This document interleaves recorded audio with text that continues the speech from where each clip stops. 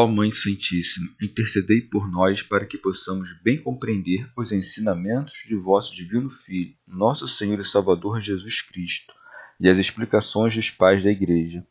Ó Virgem Imaculada, ofereço-vos este trabalho e peço que abençoais aqueles que o ouvirem, e que seja para a maior honra e glória de Deus. Amém. Senhor onipotente, purificai o meu coração e os meus lábios. Vós, que purificastes os lábios do profeta Isaías com carvão em brasa, e dignai-vos, por tal modo, purificar-me com a vossa misericórdia, para que possa dignamente anunciar o vosso santo Evangelho. Por Jesus Cristo, nosso Senhor. Amém. Senhor, abençoai-me. Que o Senhor resida no meu coração e nos meus lábios, para que anuncie digna e convenientemente o seu Evangelho. Amém. Evangelho de Nosso Senhor Jesus Cristo, segundo São Marcos. Aparições de Jesus ressuscitado. E Jesus disse-lhes: Ide por todo o mundo, proclamai o Evangelho a toda criatura. Aquele que crer e for batizado será salvo, o que não crer será condenado. Estes são os sinais que acompanharão os que tiverem crido.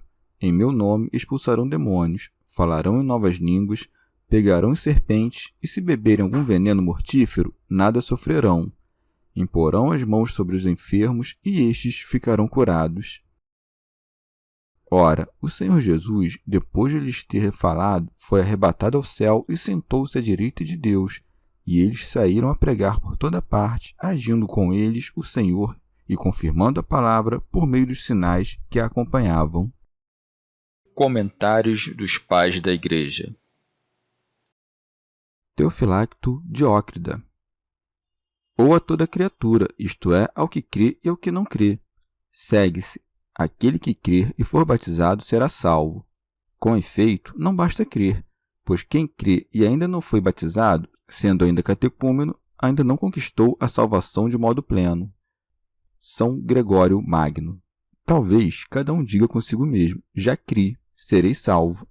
E diz a verdade, se mantiver a fé por meio das obras.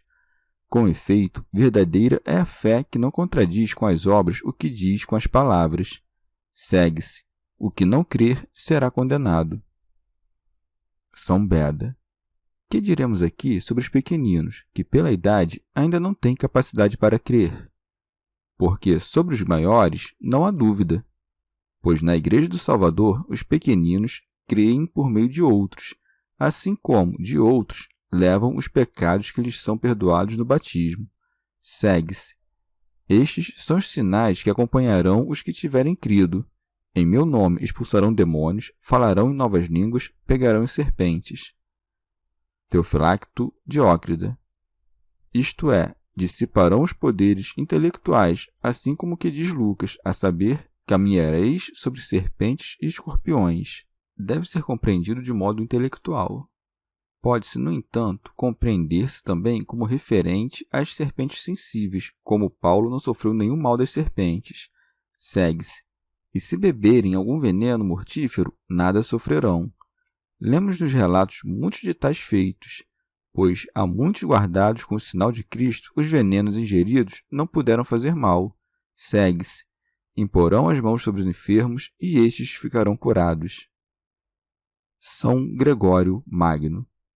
Por acaso creremos menos pelo fato de não realizarmos estes sinais? Mas eles foram necessários no início da Igreja, pois, para que crescesse a fé dos crentes, ela teve de ser alimentada por milagres. Pois também nós, quando plantamos árvores, nela derramamos água até o momento em que a vejamos ter crescido na terra. Mas se tiverem fixado raízes, deixamos de regá-las.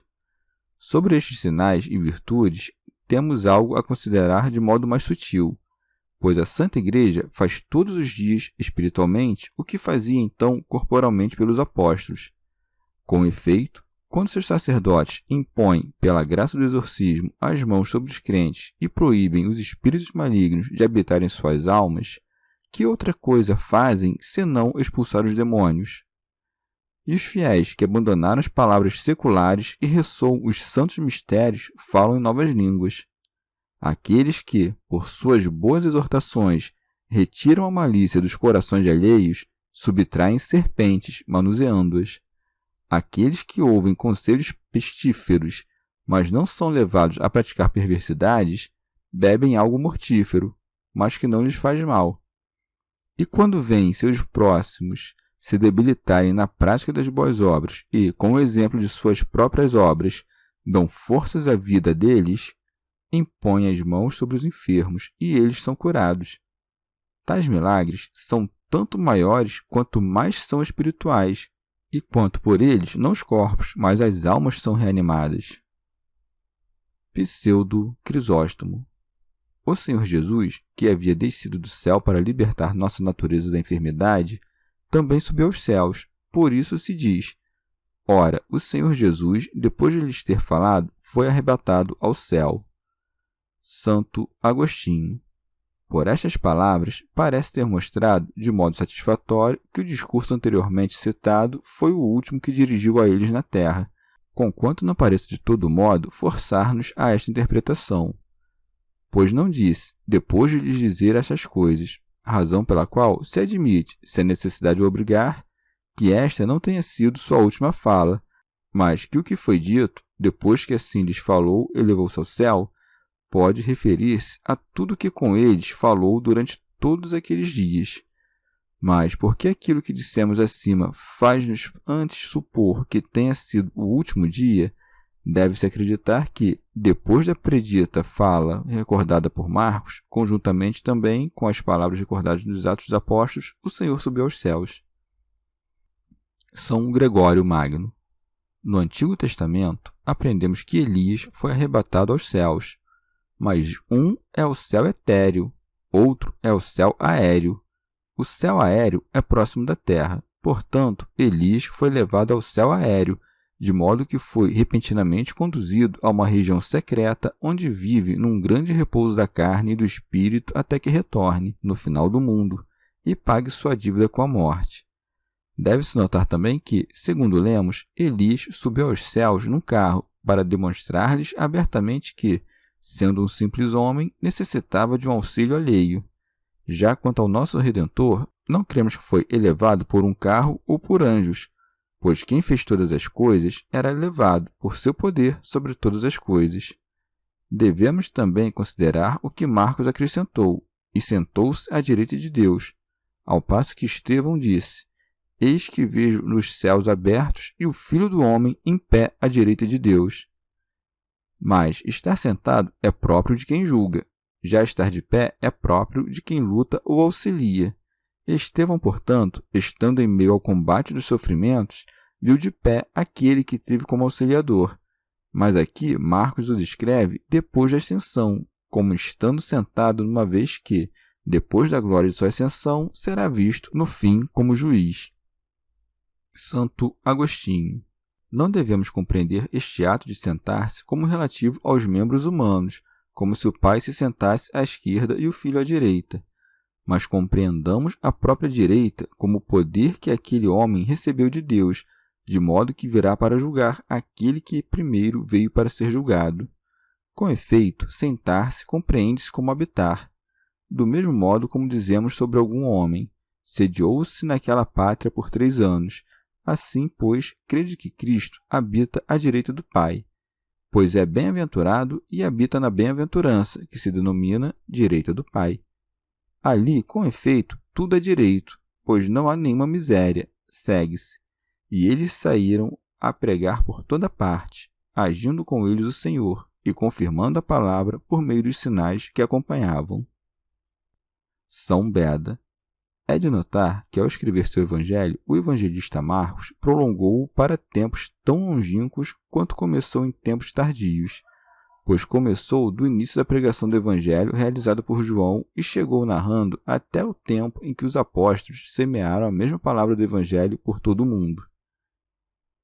São Gregório Magno.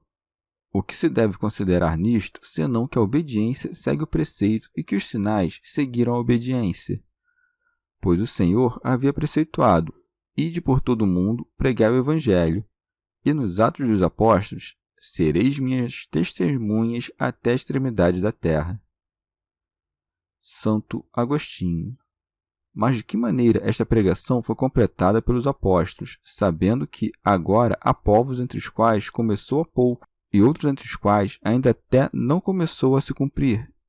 O Senhor não ordenou somente aos apóstolos aos quais falava que completassem uma tão grande tarefa, mas, quando parece ter dito somente a eles, eu estarei convosco até o fim do mundo, quem não compreende que o prometeu a toda a igreja, que enquanto uns morrem e outros nascem, estará aqui até o fim do mundo?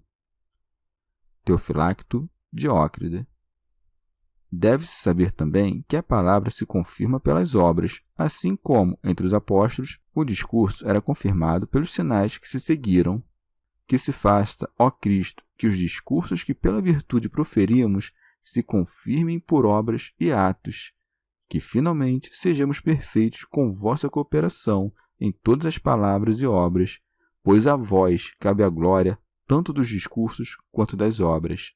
Amém. Chegamos ao fim de mais um dia de comentários da Catena Áurea. Muito obrigado por ficarem até aqui, que Nossa Senhora derrame suas graças sobre nós e até amanhã. Deus,